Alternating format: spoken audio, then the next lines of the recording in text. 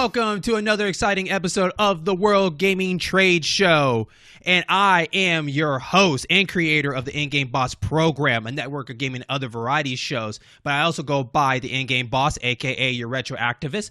But this is a collaboration show, so I have to show some love for my other podcast host on his own network in his own way, the Game Addict Podcast, Brandon Stone. How you doing, buddy?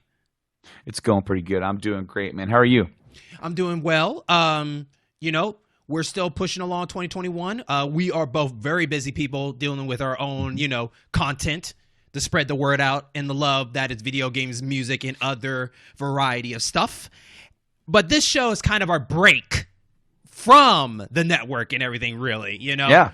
Where this show is a monthly, where we give ourselves a month to pick a game that we care about, and games that haven't been talked about in a long time. Those rarities or those ones, it's like, when's the last time they added entry to this series, And we want to put them out on the showcase to talk about them, on top of who do we want them to make this game come back in their own way. I mean, if you're new to the show, thank you so much for being a new listener. But if you are a continuing one, then hopefully you enjoyed our last episode, that it was Brutal Legends and Rocking Cat. A little music for your heart. That was the most interesting so far we have done. Because like you put it together like it was music, and I'm like, didn't really put that together. You know what? And it's funny because we don't we don't ever really plan it that way, other than like our themed episodes that we do every once in a while. Mm-hmm. Where we're like beforehand, it's gonna be all N64 Extreme Sports, that episode. Yeah. But other than that, we didn't plan the cyberpunk type episode that we had with Shadowrun and Snatcher. Yes. So we didn't plan that at all. It's just like, oh crap, yeah, this is the game I want to do. This is the game you want to do, and it was almost the same way. I just remember looking at Game Pass one day. I was trying to think of a game, and I'm like, oh crap, Brutal Legends on here. I remember that. I'm like, all right, that's my game. And then I decided that was my game before I started even looking into Rocking Cats. I had no idea. I'd never heard of or played Rocking Cats, and I looked at it. I'm like, well, this is interesting. All right, we almost have a semi-theme episode here, but it doesn't really seem like we have that today. We have two pretty distinct, different kind of genres and titles today. I'm so glad you brought that up because they do have something in common, and we will talk about that in a second. But you are right. They are two different games. So what's your thoughts on that so far before we reveal them? Oh, do you see, you show me yours first. That sounded wrong, but and then I showed you mine. So I'm not as deeply rooted into your pick. I remember playing it, back in the day on the earlier entries, just a tad, just a touch. But I rented it on the PS2 for that entry, and so I have a little bit of knowledge into that version of the game. So maybe I'm not going to be as versed, but I do have a couple of cool ideas that maybe we could bring forward, even from this own game. Could end up being an entry sometime down the line, or something. It just depending on time and how many picks we start running out of. But I digress. The other game is a game that I definitely spent a lot of time with, and it's actually a little bit of a series itself, but it's kind of a weird how that wraps up, and we'll talk about that when we get there. One thing definitely for your pick was when we talk more about it. It had an interesting road compared to my pick. Yes. But to put it in retrospect, the last entry of both games both came out the same year. That was 2011. The last entry in their series. So it's right now we speak, these two picks are literally, it's been 10 years since their last entry. That's the only common ground that they have. Because when I looked it up, I'm like, that came out the same year as this one? I'm like, wow, okay. And on top of that, both games came out on a handheld. Their last entries were both on a handheld. Yeah. And so those are the two common grounds on that one. But let's go ahead and get right into my first pick. My first pick is the game that rivaled Ninja Gaiden. It's the game that Sega it's one of their top icons, or their first major series, along with Sonic and all those other series like that. But at that time, too, there wasn't a lot of ninja games. You only had two. So much that, I did a special episode. You were actually, no lie, you were my guest when we first brought you in 2 years ago on the In-Game Boss podcast, what I do with my boy Jerron. And one of my segments I do is called Baby Come Back, where we talk about games that should come back in different forms. And this game was on that list along with Ninja Gaiden. Yep. And that is Shinobi. And Shinobi got a nice little following at the very beginning. I mean, don't get me wrong, it was named by the name of Shadow Dancer on the arcade. And then when it came home the console, you got from Revenge of Shinobi to Shinobi 3 to the terrible Shinobi that was on Sega Saturn. Yeah, there was one on Sega Saturn. And then, you get to the PS2, which my buddy here is probably more familiar with than any other one. With the follow of Nightshade. Yeah. And then the last one that was on the handheld, that was the Nintendo DS. Or maybe it was 3DS. It might be 3DS. But regardless, yeah. That was the last entry of that one. And so with 10 years, Sega has just really have been just letting it sit there, kind of gathering dust like a lot of their old classic games. Actually, on my last episode of the In-Game Boss podcast, one of my Bring It Back episodes was Vector Man. How I want Vector Man to come back, And I think Shinobi's on the shelf with Vector Man right now because they don't know what to do with it. Now, the funny thing is, I think now's a good time for Shinobi to come back because action games like Devil May Cry, games like that, the action game genre is coming back pretty strong. You know what I mean? And I think Shinobi has a good chance of kind of coming in while the iron's hot. So, actually, I'm going to go ahead and tell you my dev first and get that for y'all's mindset because the dev I picked actually worked under Sega on a property, and I feel like that they could do it again under Sega because they did so well, and that game was Bayonetta. So you know where I'm going with this. That I think Platinum Games should do Shinobi, just like they did with Bayonetta. And they are, right now, to me, honestly, the leader, and probably so far, I crown him as king of the action games. I mean, you got Capcom. I give Capcom still credit where they deserve. I mean, the Devil May Cry 5 is a good talk about, right? Along with Monster Hunter. But Platinum Games sticks what they know and kept it going that way. They didn't really jump that far. So much that I personally like Bayonetta more. I like Devil May Cry series, hands down. But what do you think on that, Mr. Brandon? I picked the same team. This is the second time this has happened, I think. I think it's only the second time. So, guys, we don't tell each other who we're going to pick at all. It's always a surprise. And when I was trying to think about what I would want to do with Shinobi, to bring that back in, you mentioned it, that action series and Bayonetta. There's another series that they worked on, and this is what really kind of keyed in on doing some interesting different stuff, because I remember the wall running, I remember the slashing, and Metal Gear Rising Revengeance. I don't know if you ever played that, also made by Platinum Games. And it's a Metal Gear game. You're playing as like Ninja Raiden, not Ninja Gaiden, Ninja Raiden, but they had this element where you could like slow down and you could slice, and you could slice, and however you slice, that's how it broke. It's like destructible enemies. It was like very interactive that way. And I'm just like thinking about, how cool would that be if you had the PS4, PS5, and you had like the little touchpad, and you're like slice, and doing that quick stuff like that. And then the wall running and jumping all around. Yeah, no, I thought the exact same thing. And because, I kind of gave a hint that, my something in my idea is something that we could use later, because that was the only entry of Metal Gear Rising. It was a game set in the Metal Gear universe, but come on, it couldn't be the furthest from the kind of Metal Gear game that you normally get.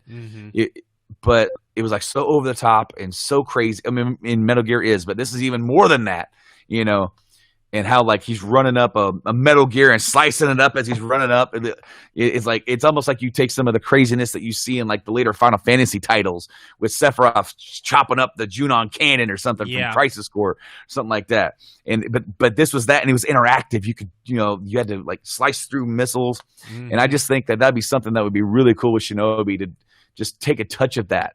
because I just thought that that was that system that they put in there, because there's a lot of stuff in there with like Bayonetta as well, but like that just was so fun to play, and a lot of people didn't like it because it's not what they expected out of a Metal Gear game.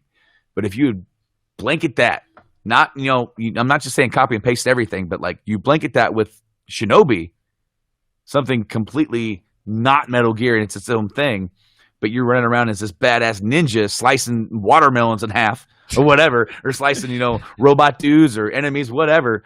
And it just, it takes you to a different setting and it makes it more palatable for a lot of people, maybe, So the question I want to ask you then is, should Shinobi be a reboot? Well, at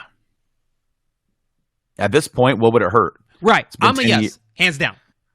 It's been 10 years. I think at that point you have creative freedom to just kind of hit that reset button, and even give them kind of creative freedom to tell that story how they would want to tell it now. It doesn't have to stick to any sort of like clear faithfulness. I mean, maybe that's like going too far, but no, to me, I would say let them do and just run, have full run at whatever they wanted to do with it. So, if you don't mind, I'll go ahead and present how I would love to see how this game goes. I want this to be kind of taking from the history of all the Shinobi games into one, and just basically taking the best out of all of them to put it in there. So, as I told you, I wanted to be Platinum Games, and I wanted to be 3D, and I believe that this game will be beautiful with 60 frames per second. Oh, yes. Because I think all action games, I feel like that's like the minimum 60. The only way to bring out the best out of that action games, right? Even if you're not reaching the full 4K, which you should be on the new consoles, you should be able to lock that in. But I understand, there's a few games on the PS5 that do run at 120 at 1080. Yeah, I think I'm not sure if Devil May Cry does, but I think Dark Soul or Demon Souls does. So at 1080p, it's 1080p. It's not 4K, but it's 120. So imagine if you could get, 1080p still looks good. I mean, come on now, but running at 120. Get this game running. Get that. Yeah. All that craziness. 100. Oh, come on, man. That'd be flashy. I like that. Yeah. So 60 frames minimum. Yeah. Minimum. Minimum. But the higher, the better, right? So I started with looking at Shinobi on the PS2, as they say on the records that that's one of the top best ones. It was that one or the third one. It was between those two. So I wanted to look at the second one and see what worked and didn't work for me in this game, and then look back on the old ones and what worked and didn't work for those, right? And one of the things I like about the second one is the fact I like the 3D aspect, and I like how, he could run on walls, he could stand on the walls, hook on the walls and everything like that. But the problem with this game is that it repeats itself too much. Now, you can argue that every game is repetitive, but here it is in plain sight that you are literally doing stuff over and over again, and there's not a lot of variety into this. So one of the things I think is I want it to be more of a Shinobi style, like actual Shinobi. Now, Ninja Gaiden did a good job of different varieties of weapons, from axes, nunchucks, and all that stuff. That's not necessarily what I want from Shinobi from this one, because then it's kind of like we're copying Ninja Gaiden. I think I want them to take what they was given to them, but make it awesome in their own way. For instance, if you play the old Shinobi games, one of the most important things is the shurikens, right? The throwing blades, shadow blades. That's me. You barely use your sword in the old games. You really want to throw them. So I think you should definitely work on different kind of shurikens that you can throw at your enemies. I'm talking about fire. I'm talking about ice. Ones that can split into 3, bombs. And this game gets kind of sci-fi-ish and really mystical and spiritual stuff. So how about some ones that can slow down people? That'd be so cool just to see how much he can just toss them around. I'm not saying don't get rid of the sword, but that sword can be a great plus to that combo style. Because one of the things that I've noticed in the second one, it's the Shukidens don't get used that much. You know, you're slashing more than you're using, and I think that needs to come back a little bit stronger as the Shukidens. Now, on top of that, I would also like them to add a weapon to your sword. I want a chain blade. You know what I mean? Like, the chain blade would be awesome. And the reason I brought that up is Doom Eternal is so cool of how they do their hooks, of when you hook somebody, you go to them. And I think that would be cool for Shinobi. Like, you can choose a way for them to come to you, or you can go to them with a cool, like, you know, execution move or something like that. That'd be almost kind of like a reverse scorpion or a spider web, like Spider-Man. How cool would it be to, like, throw a shadow blade and it slows them down, then you hook to them, you can bring them to you, or you go to them and slice them. It'd be just kind of cool for the combos and everything like that. Yeah. Because one of the things I definitely would get rid of is the scarf. That scarf is distracting to me now. If you go back and look at that game, like, that scarf is too long for its own good, you know? It gets in the way a little bit. So I kind of want to get rid of the scarf in that aspect, and maybe have different costumes that have different abilities that can give you for stuff like that.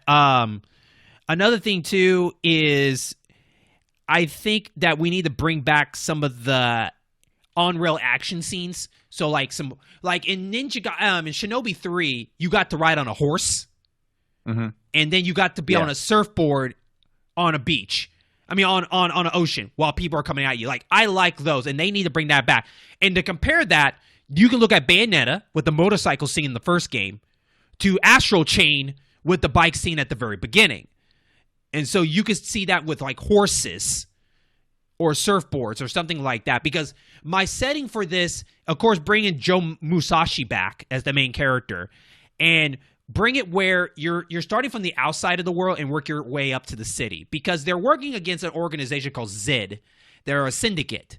So I would like some way where his character lives out on the outside of the city, and he has to go back into the city to take these guys down. So we get a little bit different settings. You know, we get the kind of the outfield fighting and work our way up to the city and all that. Because I think one of the things about the PS2 version of it kind of got old, and sometimes everything kept looking the same, right, in the urban city. So a little bit more variety will be kind of cool on that. Also, when it comes to the fighting too, if you can do like a quick parry, that'd be awesome. And that's where you can kind of do a quick parry, and then you can leave an after image, and then, like, you know, knock him out or something like that. Because if you remember on the PS2 one, also is when he dodges or he does quick stuff, you know, he leaves an after image.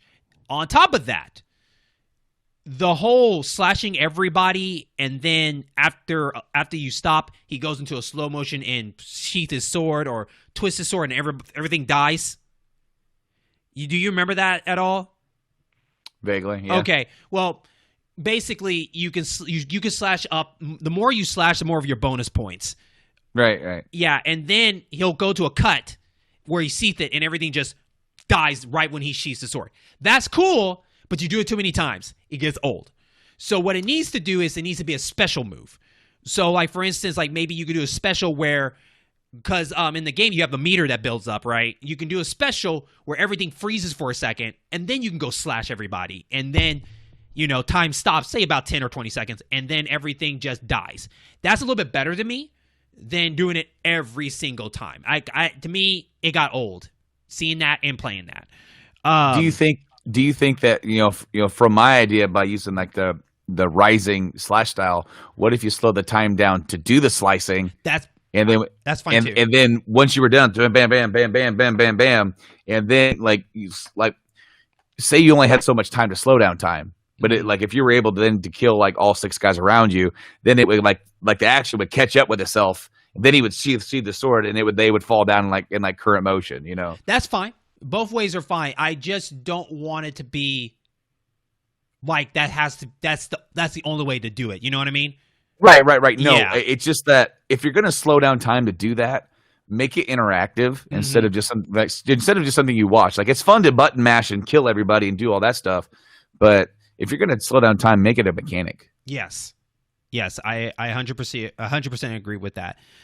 And that's not the only special move. You can do other special moves, like maybe you could slow down time and you could throw a bunch of shurikens everywhere. I don't care. You know, and that can be integrated into the costume that you wear. Maybe a different costume either gives you different stats or it gives you a different super move, whatever it is. So you're prepared for whatever stage you're going to do next and whatnot. The next, of course, I still said like running up the walls is fine and whatnot. So I'm fine with that. I think that I'm trying to see here anything else. Oh, that's what I meant. Like the scrolls themselves can also unlock like new moves for your character too. So like you have to find the scrolls and they give you extra on there. Also too, I'm fine with quick time events, but quick time events need to be an extra, not a punishment. And what I mean by that is like Bayonetta, the quick time events, you messed up, you feel like you go back and then you have to retrace your steps again and make sure you get it right this time. Here, I wanted to be, if you don't get the quick time event, you just lose opportunity to do a heavier damage. You still get the damage on that person, but if you got the quick time events right, it could have been extra. And I think that's a little bit better, and that keeps the flow going instead of running back and then you have to bring them down to a meter to a certain point to able to trigger the quick time event again. And that gets old to me. You know, Bayonetta does that, God of War does that. I like it, but at the same time, I wish now let's let it be a bonus. Like, okay, if I didn't get the quick time event, I only get this much off of him. But if I did the quick time events, then I get this much off of him. Because I should feel more rewarded for that in that aspect. Now, that can, for the listeners, you could agree or disagree with that, but I really trying to focus on how to keep the flow going without trying to stop too much, because I think Shinobi needs to be quick, especially for a ninja. He needs to be quick, and just like Ninja Gaiden, it needs to be quick. So, that's basically all I have that I would like Platinum Games to do with this to make them stand out from the others. And lastly, make the bosses ridiculous and fun as hell, because I think that's what Platinum is good at, is making the boss fights so ridiculous that is hilarious and fun. So, what's your thoughts on that? Oh, dude, it sounds amazing. Like, I really like the idea of those big over-the-top boss fights that aren't just quick-time events. As I said, like the whole Rising running up the Metal Gear, slashing them as you go, and it's just like it makes it this big interactive scene. And instead of just like, you know, instead of fighting a God of War boss where you gotta hit this button, tap this button, and make it repetitive. It's like, no, dude, make this a big sprawling battle where your dude's running and like the whole idea of him running and jumping off of missiles that are firing everywhere and just like something that nobody should be able to do, right? You know, but somehow he could do it. No, I like that, and it's just something that like. You know, this has been gone for so long, and we have some other things that are filling that void, but nothing with ninjas. It's there, man. You can do it. Yeah. Sega has a good chance. So, anything you want to add? That, dude, no. Your idea sounds absolutely fantastic, and that's kind of where I was going, too, like, with that, along with the same kind of style, because I like the running on the walls. It'd be cool to, you know, even use that hook to swing up and you know, use it to kind of use it as a kind of like a traversal type deal would be really neat, you know.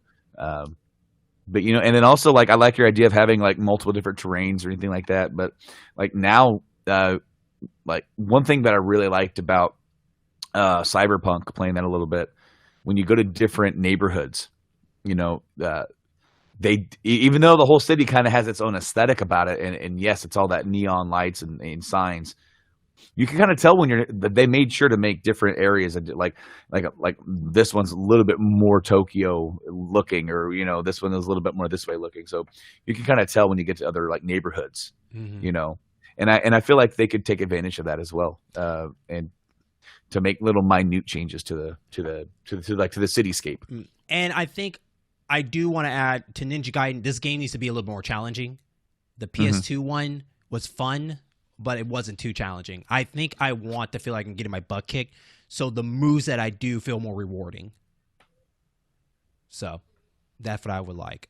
Okay, so let's get to the other one that has been gone for about 10 years now. I'm going to give it to you, Mr. Stone.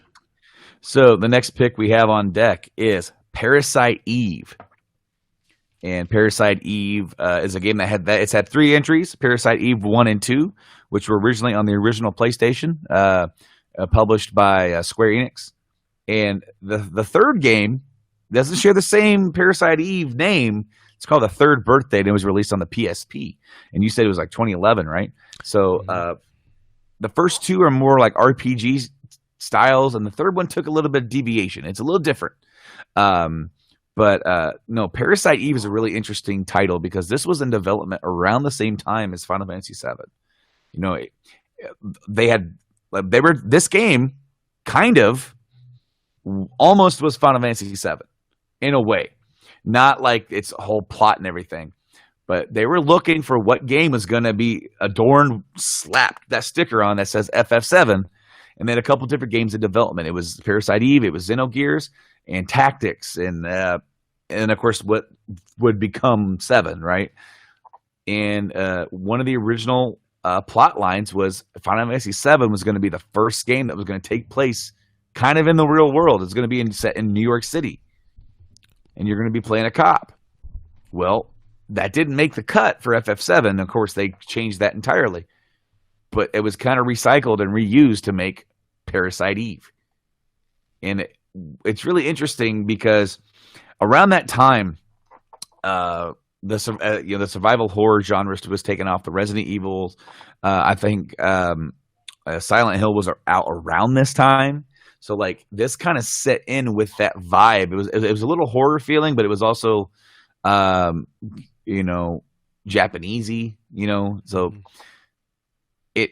it was definitely Square's attempt to dip their toe into that market a little bit without making it a full blown horror game. Mm-hmm. And it's still an RPG. It is kind of weird in that role, but I kind of like it at the same time. It gives it its own little character. And the Third Birthday, if I can be honest with you, I had hopes for it because I was excited. Like, oh my gosh, they're going back to Parasite Eve.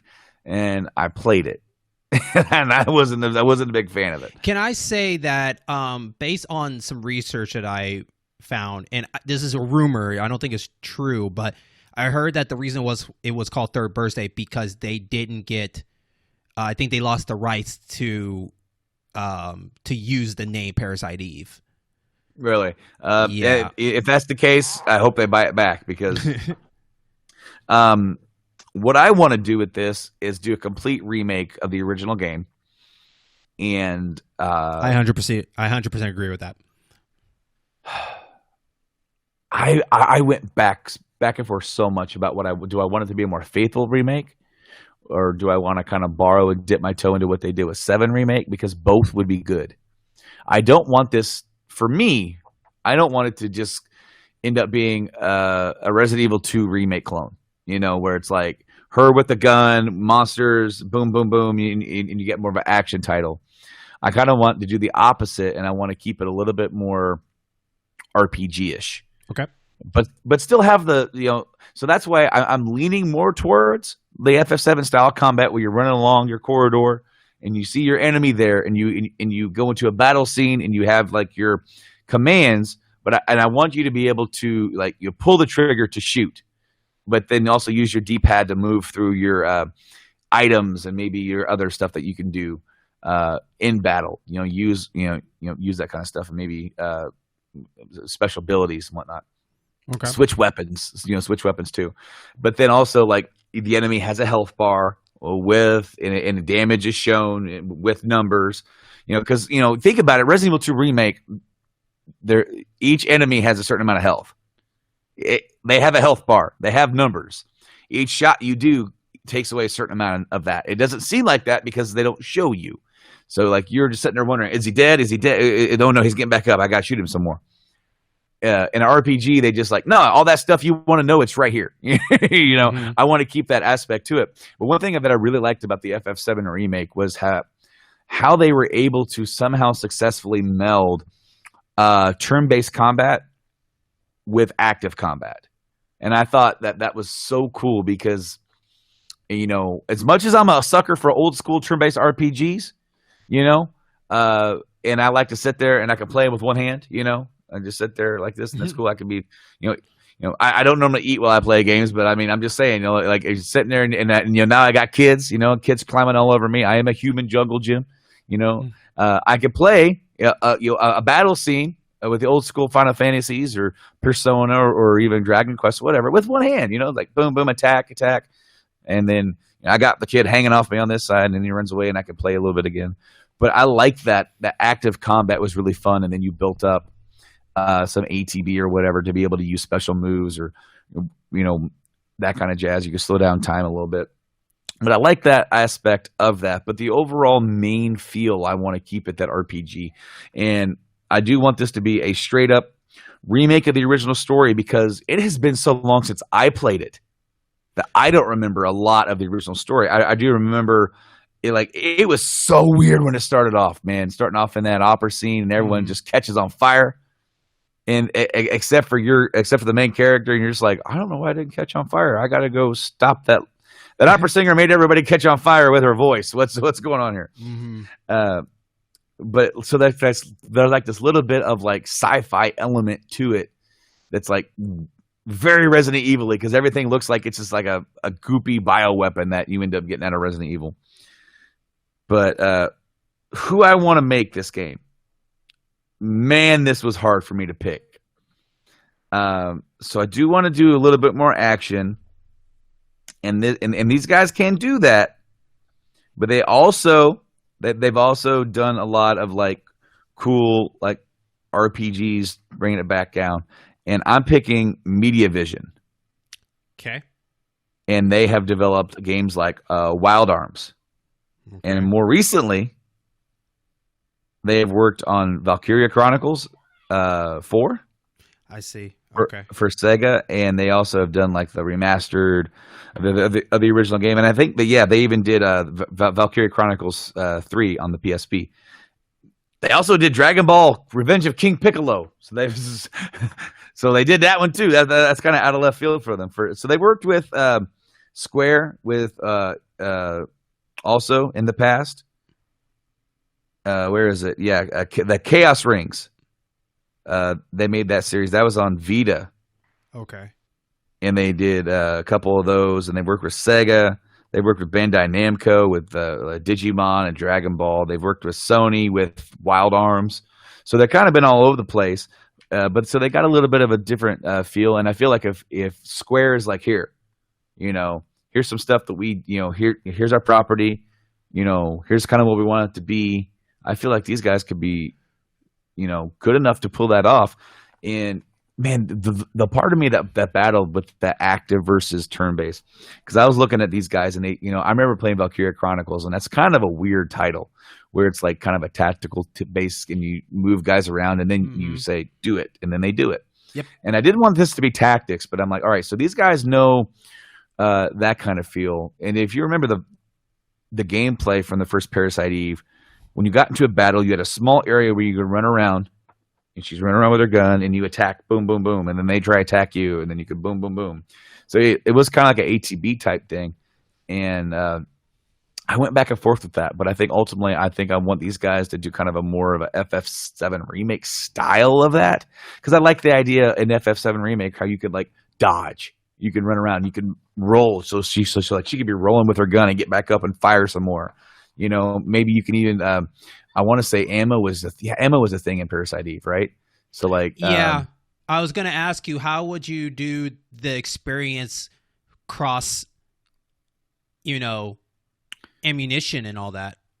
No, I would definitely keep it the ammunition, because I think that was their way of trying to do that survival horror type thing where like you had to use a different weapon if you ran out of ammo. Using a gun was easier. Of course, if you had you can maybe even get more powerful weapons, but then of course you have to decide what and how you're going to use that for. One thing they did in FF7 remake that I really liked on this time around is that you had different weapons for different situations. So it wasn't just like you bought a new weapon and then you never used that old one again. This time around, Cloud got a sword that was really good if you wanted him to be a magic user. And it's like, well, okay, well, I don't use him as my magic guy. Well, you know what? There might be a chapter coming up where he's going to be by himself, and we need to use more magic, and his physical attacks might not be where you want. So you have that weapon to do that with, and you can level that weapon up or add more materia slots to it, or just do some different cool stuff. And I think that'd be really cool to have also for Aya to be able to use different weapons in that respect. So you have different, like, so maybe you get like a flamethrower type deal or like a grenade launcher, and then you can kind of level that up and get more ammo allotment. So that way, this weapon will be really cool later on for later parts of the game. So maybe earlier on when you get it, it's like, I could do it now and I could wipe out all these nothings in my way. But if I do, then it's going to make that boss harder or something. Would you still have her solo then in that aspect, or would you have her have some allies if you're going to do that kind of idea? Or do you think they could pull it off solo? So in the game, she does have a partner. I think his name's Daniel, right?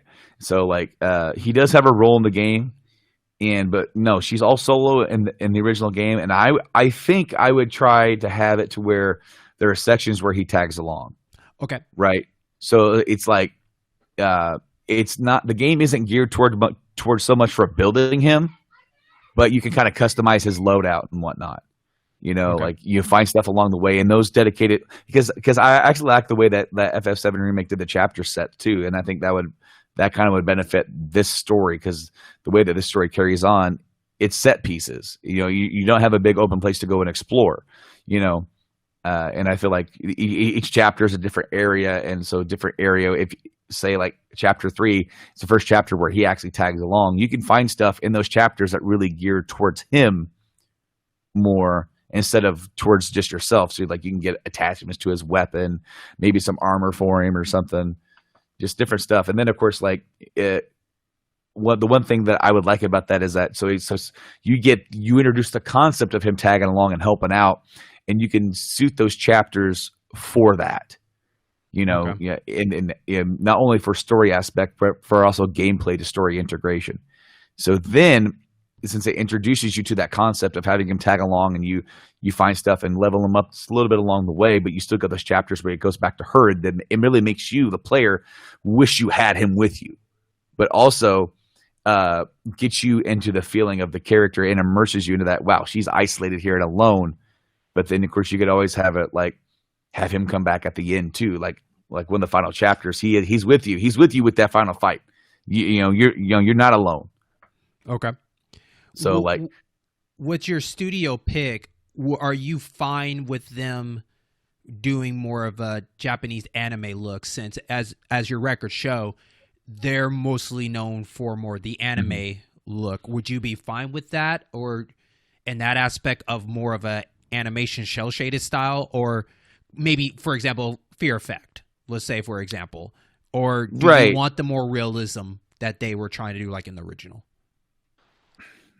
I don't think it could hurt if they wanted to try that, because literally it's been so long, and this series unfortunately just didn't catch on.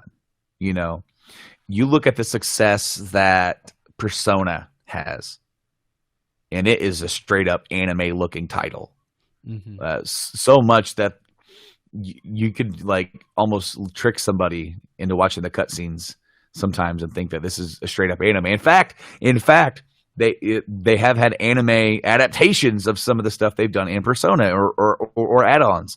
So, when you have Square, I don't think, other than Dragon Quest is very anime looking because it's characters made by Akira Toriyama.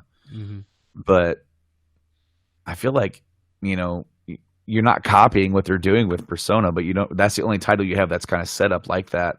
You can do anime style because Dragon Quest is a little bit more cartoony anime style. You can do a more gritty looking anime style, and really bring that in, because you look at animes like Cowboy Bebop. That's one of my favorite animes. What about Death Note? Would Death Note be a good contender idea? Yeah, Death Note would be good too. Okay. And there was another one. Oh man, I'm trying to remember the name of this one. It was the one where he carried a big coffin on his back. Oh, you remember that one? Not Trigun. No. Not Gungrave. No, yeah, that it was Gungrave. It was Gungrave sounds Gungrave. right. Okay. Yeah, like just visual style. You can kind of go like a little bit more dark and gothic with it, or you can keep it to that cityscape of New York. Keep it there but make it so it doesn't have to be super cartoony and bright because the game at its core isn't bright. It is dark. It is muddy, and it is very gory looking. So you could kind of like take the realism away from that and make it to where it's a little bit more palatable. For that style, and I think it would work just fine. So one of the issues in Parasite Eve 2 was they say that the lock-on system was not the best because your character kept staring at the person even when you're trying to move, and just like compared to Resident Evil, there's a certain place that you walk, the camera changes. Yeah. My question for you on that is, would you want to bring back a lock-on system to this game? So when you're in combat, I would probably have to say yeah. Okay. Because if you're moving around and kind of doing flips and moving around them, you'd want to have like a lock-on system. Maybe you can, if you're holding, if you're trying to like move around. I'm sitting here looking at my hands like I'm holding a controller, thinking about how I would move the character. Well, the around. differences between the first one and the second one, I think a lot of people might have remember or don't remember, is in the first one, most of the battles you're dealing with maybe 1 or 2 at max in a realm. Compared to the second one, you're dealing with like up to 3 or 4. So the question is, for you, were we planning in your mind of multiple enemies in a same area like that, or were you expecting more of like maybe one-on-ones? What's your thought on that? No, you probably amp it up and do multiples. Okay. So therefore, like when you're running around and you're flipping around and you're dodging and you're aiming, like when maybe just like a shooter, when you go to shoot, you would press the L2 button, and if you have 4 targets, it would come up and you would use maybe like another button. I don't know, R1. Yeah, if you're on the PlayStation, R1 to kind of cycle through, and then R2 you would load up. You just boom, boom, boom, boom, and move around. So like that way you'd have a lock-on system and a good way to transfer that target, because no, you're right with that whole camera system. You don't want to get yourself locked into a way that you can't see what you're doing, right? So therefore, if you're going to be doing that, the camera would have to kind of zoom back if you're going to have that many characters on the screen at the same time. That way you can see what you're doing. You can move and see where you're doing and where you're going and who you're aiming and trying to fight. That way you don't get locked into a corner or somewhere. Of course, that kind of changes the aspect too in some areas, because the games were kind of corridor style, from what I remember. There were some small areas where they had battles, and you didn't have a lot of room to maneuver. So that was something that would change in a remake. Okay. Where in the more smaller corridor areas, you would have fewer enemies, but in the more bigger areas, you could have bigger enemies to be able to allow you to have that vision of what you're doing. Okay. Parasite Eve can be definitely compared to Resident Evil a lot. Like you said, it was kind of on the bus of the Resident Evil so much that Parasite Eve, Resident Eve get kind of blend together with it. And the other difference was too, compared to the second one, was a lot of people were not a fan of the tank controllers. It worked for Resident Evil at the time, but Parasite Eve was not the best idea for that. So for me, I kind of went to opposite direction you went, and I went a little bit weirder. And I wanted to be an action RPG, and I kind of was feeling the Tomb Raider style. I think I'm feeling the Tomb Raider style, like the reboots, not the old ones, of course. Right. Yeah. Just want to clarify for the listeners.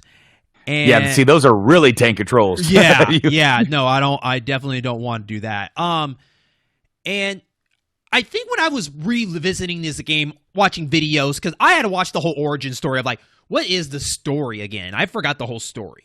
And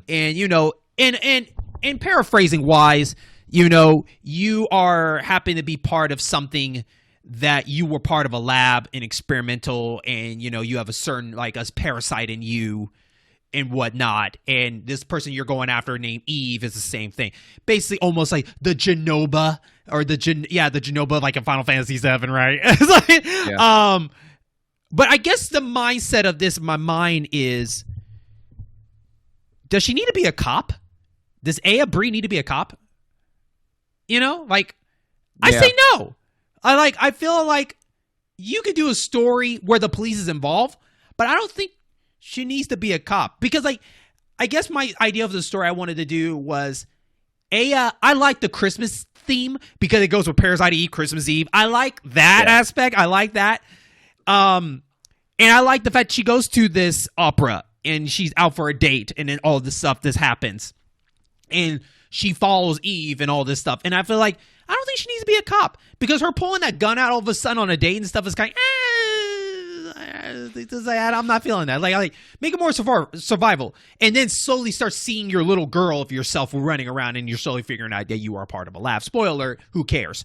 But I do like the fact that cops should still be involved in some shape or form. Now, the reason why I wanted to be action RPG is because I do like that if you are going to make her a cop, I want her to be a cop, like being behind walls, boxes, and be a cop. If you're going to let her be a cop. Now, with that being in mind, when you level up, I feel like when you level up, that your body is changing as you're leveling up because of what's in you. So you start getting these weird abilities as you level up, as killing more of these monsters and whatnot. And the reason I brought that up, because I honestly like I don't want this in this game, but I like where it was going with in the third birthday, where you have the ability to dodge death by transforming to another person. Thought that was pretty cool in third birthday. Did it make sense? No. And I don't want this in the game, but I just pointing out that I like mutation powers to kind of evolve her in that way. And I'm not talking about like her hand turns into a gun or anything like that. More of the senses. Maybe at the beginning she can't see the bars of the enemies. Maybe when she levels up, she gets the ability. And these can be like Final Fantasy IX. You can click on different status of yourself. Like, hey, maybe I want this on, and this on, based on how much experience I have. Okay. And if I get more experience, then I can open more hatches to lock on more stuff. That way you can pick and choose. Like, and that kind of gives you that more survival. Like, do I risk not seeing how much the enemy have for a better sight? To shoot better? Gives you more customization to that too. It makes you feel more, Yeah. And I like that idea of her going through that. Also, too, I don't know what goes in my mind here, but I would love this story to happen within the first 24 hours. Like, make this like the longest day ever for her. It starts that night and it just goes. It's almost like Resident Evil 2. What I like about Resident Evil 2, it felt like it took one day. And you tell me, did it take basically all one day for all that to happen? Yeah. Okay. They get there at night, and then they're leaving the lab, and the sun's coming up. Yeah, I want that for Parasite Eve. Not even a full day. Yeah, I want that for Parasite Eve. I want that to be like this long night, and like slowly as the night's going, you're seeing the world change. You're hearing stuff on the news while you're accidentally walking by a TV. Like, things are changing. Everybody's combusting. Let's see this. Let's hear the news talking about it from the distance, everything. Let's see the cops coming up to you and getting arrested. You go to the police station. More people getting combusted. Let's get out of jail, out of there. Make this like the worst night of her life. As she's still trying to figure out what's going on and trying to remember the experimental things that might have happened to her that led her to the lab and fight Eve once and for all. And I think this would be awesome for her if we got Crystal Dynamics doing this. That's in-house at Square Enix for the Tomb Raider series. And I like the way Tomb Raider is in that game. Now, I'm not asking like her to like be the super badass, but I do want her to slowly start learning as she goes. Like, the more she levels up, the more she can be a little bit more, lethal, more brave. At first, she's a little nervous, but she gets more brave. Like, she's afraid. She's very innocent trying to take down these monsters, but then later on, she's getting better. That mutation, that parasite powers, it's kind of changing her a little bit until she figures it out. So I think I want that, but more importantly, I don't want her to be a cop. I want her to be this person that's we're just following her and just trying to understand what's going on. And yes, we'll have the cops involved, but they can be ones helping on the ride there. But I don't want her to be a cop. I feel like her being a cop is kind of pointless because she can still get weapons and guns and all this stuff. She don't need to be a cop doing it. And I don't even remember her doing investigations because trouble just come to her. Right. You know what I mean? So like, right. It's like, so being a cop's kind of pointless. Let's just make it the worst night of her life. So when you have like mutations and monsters, would you also have it to where some of the enemies that do mutate would be enemies with guns? So you have firefights, or would you just simply fight the monsters? I think both. That'd be awesome. Yeah, like a mixture of both, because that's something that in the Tomb Raider series, you fighting all these guys. Like, it's always kind of like, it's crazy. Like Uncharted, Tomb Raider, they kill so many people in those. Can you imagine like being a dude out there like walking along those like ruins like maybe a month or two after, there's just dead bodies everywhere. Yeah, because nobody came to get them. Like, what happened? But no, to me that would be like make sense. And maybe like when you killed them, maybe like you don't actually kill the guys. Like these are innocent people. That this stuff has mutated. Like whoever is doing this to them and kind of taking over their mind. When you kill them, it kind of frees them of that, and they don't die. They just kind of like fall down unconscious or whatever. Mm-hmm.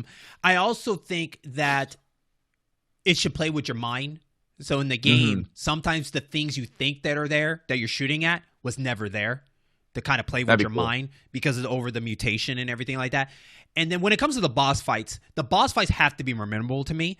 So if, like, for example, how awesome would it be, and I want them to be random. I don't want to be where you're setting up and like, okay, here comes a boss fight. I kind of want it to be like out of nowhere, or more of leading up to it, but teasing you on the way there and teasing you by being brutal with it. So for instance, like maybe she has to walk down this dark alley or something like that. Like maybe cops are chasing after, she can walk down the alley, and then all of a sudden that terrible 3-headed gruesome superist mutant dog that you remember like in one of the boss scenes in the old game just tries to creep in that alley trying to come after you, and you're like slowly backing up, shooting, and then you have the cops the other way coming at you, and like, what do you do? And then maybe there's a door on the side, you have to hurry up and get in there. But you never get a lot of games like two intense moments are coming at the same time, which you do, and I would love to see what that would happen. You know what I mean?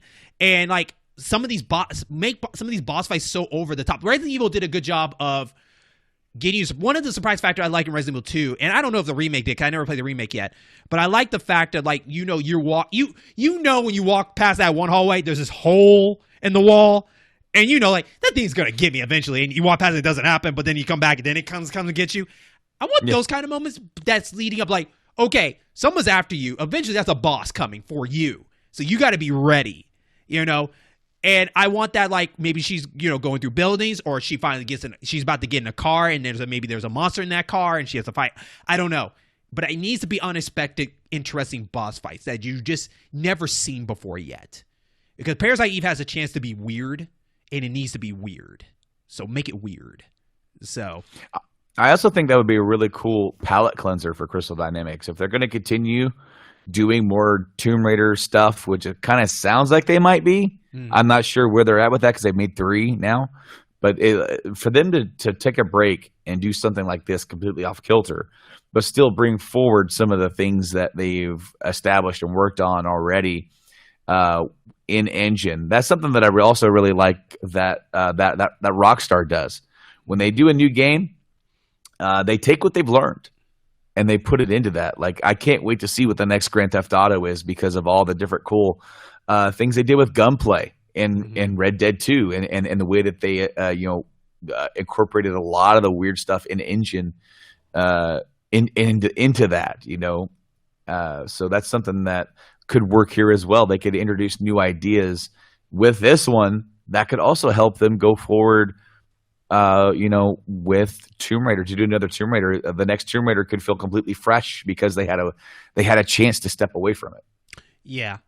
Yeah.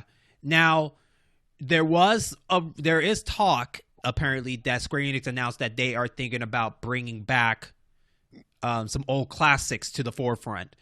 I'm only saying this because I just want to have this in the record for people listening to this, so someone don't hit me up later like, hey, they already talked about it by the time this airs. So I just want to go ahead and get that out of the way. Hopefully it's that one, because they said they're bringing back IPs that they haven't touched in a long time. Most people rumored Xenogears, but I think Parasite Eve kind of deserves a second chance. And I think this generation, they can really do something with Parasite Eve. Really give her a new, fresh look. Oh, no, I absolutely agree. And I think we're primed for it, with the things that and then the kind of games that are really popular right now.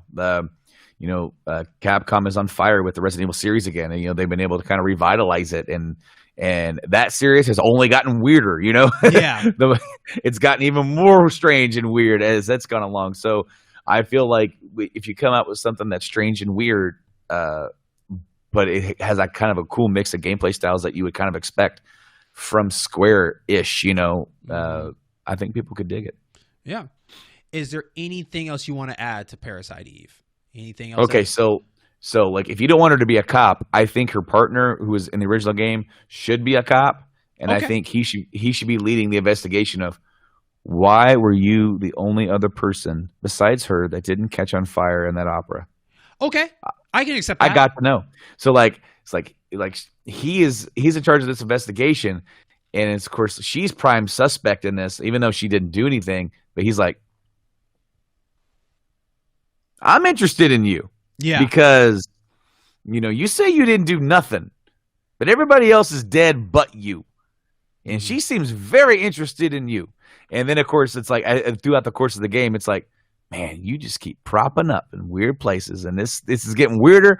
And I would love, because the guy, his name's Daniel, I would love to make him maybe a little bit older in this one, a little bit like a seasoned vet, like on the force.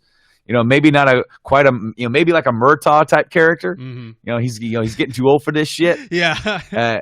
But have him be voiced by Keith David. I absolutely love his voice work and all the stuff that he does. And I'm pretty pumped up to play through the Mass Effect trilogy again. So I saw a scene with him the other day, and I was thinking like, oh, dude, he'd be really cool as David to come in here and be like this, maybe a little bit older. He's like, just imagine being on the force for like 25 years. You're this close to retirement, and you have a night like this, and you're like, I think I'm good to pack it in now. I actually, now you thought about it, I think one of the things I would love to see, I think they need to take advantage of the combustion. And the reason I brought that up is how cool or scary it would be that you meet a person and you rescue him and you are with him maybe like not a quarter of a game, but just for a little bit, for like a chapter, and then all of a sudden he just combusts right in front of you and you didn't see it coming. Like, how crazy would that be? Because I want to see people get combust in front of my face, not just in the cutscenes. Like, it could be just a person walking their dog, and you're like, hey, can you help me? Poof, just, like, break right in front of you. Like, the combustions need out. Even when the cops are chasing her down or something like that, the guy that's interested in you has the person that was his backup combusts. Like, take advantage of the combustion and make it really, really, really cool. Like, even, like, how awesome would it be, like, you're, like, that person is, like, hanging from a cliff or a building or something. You have to rescue him. And the moment you pull him up, poof, he just blows up. Like, take advantage of that surprise factor. Like, holy crap. Like, what the hell am I? Am I doing this to them? Like, let's get the heads thinking, Yeah, so. That sounds awesome. Yeah. Okay.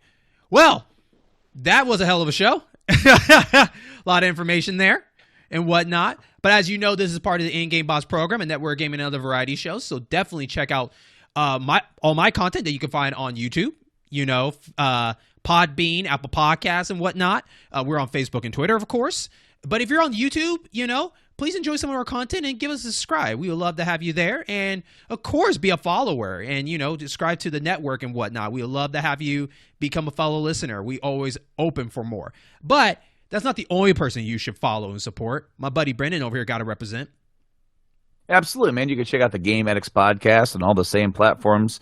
And also GameAddictsPodcast.com. We're also on YouTube over there, and I do a bunch of other podcast stuff too. So you can check out links on the Game Addicts Podcast website for all the stuff that I'm involved with and other affiliates. So, give that a check too if you're interested. But yeah, man, this is a really cool and fun episode to dive into. I haven't talked about Parasite Eve in so long. Like 10 years? It just, dude, it just seems like nobody really remembers that game too much, and it doesn't ever get brought up. And that's what makes this show so cool, to reach out sometimes and find those games that, for whatever reason, man, whether like they just didn't catch on, or the fad kind of ran out, or whatever it is. Obviously they tried to do something with it about 10 years ago, and even that just didn't really catch on. So it's like.